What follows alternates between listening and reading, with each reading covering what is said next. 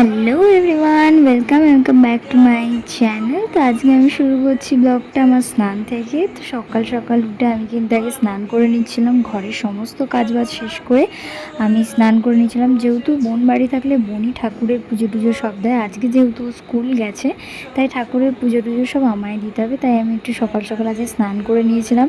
আর স্নান করার পর কিন্তু মোস্ট ইম্পর্টেন্ট পার্ট যেটা পড়ে সেটা হলো স্কিন কেয়ারের মধ্যে কিন্তু আমি টোনারটা অলওয়েজ রাখি।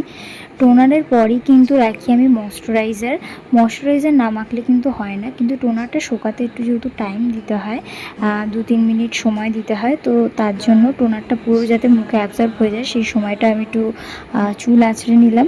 আঁচড়ে নেওয়ার পর কিন্তু আমি ময়শ্চারাইজারটা মুখের মধ্যে অ্যাপ্লাই করে নেবো। তোমরা কি ময়শ্চারাইজার ইউজ করো জানি না, কিন্তু আমি কিন্তু জেল বেস ময়শ্চারাইজার বেশি ইউজ করি যেহেতু গরম বলে। তারপর কিন্তু আমি চলে গেলাম ঠাকুরের জল দিতে। এই দেখো, এই সিংহাসনটা না একদম নতুন, কিছুদিন মাত্র হলো কিনেছি, কেমন লাগছে অবশ্যই জানিও। তো যাই হোক, আমি ঠাকুরের জল দেবো। আজ কিন্তু অনেক ফুল ফুটেছিল, অনেক আমাদের বাড়িতে, তারপর আমাদের বাইরের গাছে, আমার জেম্মাও কিছু ফুল এসে আমাদের দিয়ে যায়। তো আজ প্রচুর ফুল ফুটেছিল, আর সেই ফুল দিয়ে আমি কিন্তু ঠাকুরকে সুন্দর করে সাজিয়ে নিচ্ছি। আর আমার না ঠাকুর ফুল দিয়ে সাজাতে ভীষণ ভালো লাগে।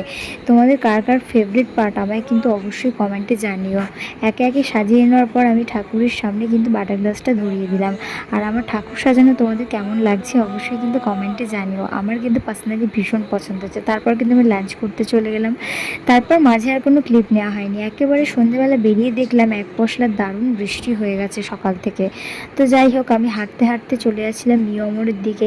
নিউ অমর থেকে কিন্তু কেক নিয়ে আমি চলে যাচ্ছিলাম সোজা দোকানে গিয়ে আমি বাবাকে বললাম তুমি বাড়ি চলে যাও। বাড়ি চলে যাওয়ার পর আমি কিন্তু আমার প্যাটিসটা যেটা আমি নিউ অমর থেকে নিয়েছিলাম সেটা রিমাকে দিয়ে দিলাম লুকাতে, যেহেতু আমার বাইরের খাবার খাওয়া মানা, তাই আমি একটু লুকিয়ে চুরিয়ে করি। আর জানো তো, এই পার্সটা না আগের দিন আমি দোকানে ফেলে গেছি, আর আজকে সকাল থেকে আমি তন্ন তন্ন করে সারা ঘর খুঁজেছি জানো। আর আমি না কেঁদেই ফেলেছিলাম প্রায় পার্সটার জন্য। আমি ভেবেছিলাম হয়তো পার্সটা হারিয়ে গেছে, আমার কোনো আইডিয়াই ছিল না যেটা কালকে আমি দোকানে ফেলে গেছি। তো অ্যাট লাস্ট আমার মনে পড়েছিল, আর আমি দোকানে এসে দেখলাম আমার পার্সটা দোকানেই ছিল। তো যাই হোক, আমি পার্সটা পেয়ে না অনেক শান্তি পেয়েছি। তারপর কিন্তু আমি নিউ অমর থেকে আনা সেই প্যাটিসটা এবার খেতে চলে গেলাম। প্যাটিসটা যেহেতু আমি একা খাবো না, রিমাকে দিয়ে খাবো, তাই আমরা দুজন ভাগ করে নিলাম। নিজে একটা ভিখারি, তুমি আরেকটা ভিখারিকে ছোটাবে। নে না, আমি পারি না, এখান দিয়ে টানতে বলছি তোকে আমি। ঝামনা পোকার বাচ্চা সব।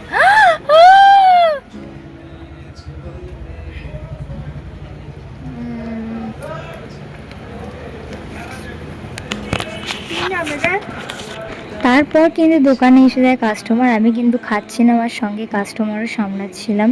তারপর কিন্তু টাইম হয়ে যায় দোকান বন্ধ করার, আর বাবা এখানে দোকান গুছিয়ে ফেলেছে, আর আমি দোকানের লাইটটা অফ করে বাইরে বেরিয়ে এলাম। বাবা দোকানের শাটারটা নামিয়ে দিল।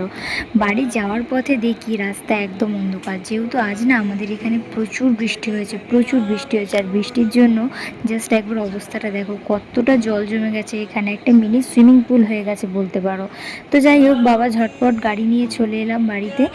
তো বাড়িতে ঢুকে দেখি বোন আর মায়ের কোনো পাত্তা নেই। পাশের ঘরে ঢুকে দেখি ওরা ওই ঘরে শুয়ে আছে। তো যাই হোক, তারপর আমি আমার টায়ার্ড ফেস নিয়ে চলে এলাম। আমার না রাতে একটা ক্লাস আছে, তাই আমি গিয়ে সবার আগে নিজের ডিনারটা নিজেই বেড়ে খেয়ে নিলাম।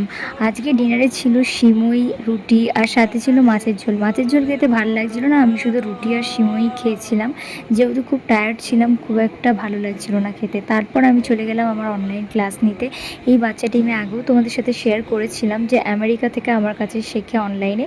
তো যাই হোক, ওর ক্লাস নেওয়ার পর আমি কিন্তু আমার টায়ার্ড ফেসে ভীষণ ঘুম পেয়েছে। তো যাই হোক, আজকের ভিডিও এতটাই, দেখা হচ্ছে পরের ভিডিওতে। ততক্ষণের জন্য চ্যানেলটা সাবস্ক্রাইব করে রাখো। Bye guys, tata.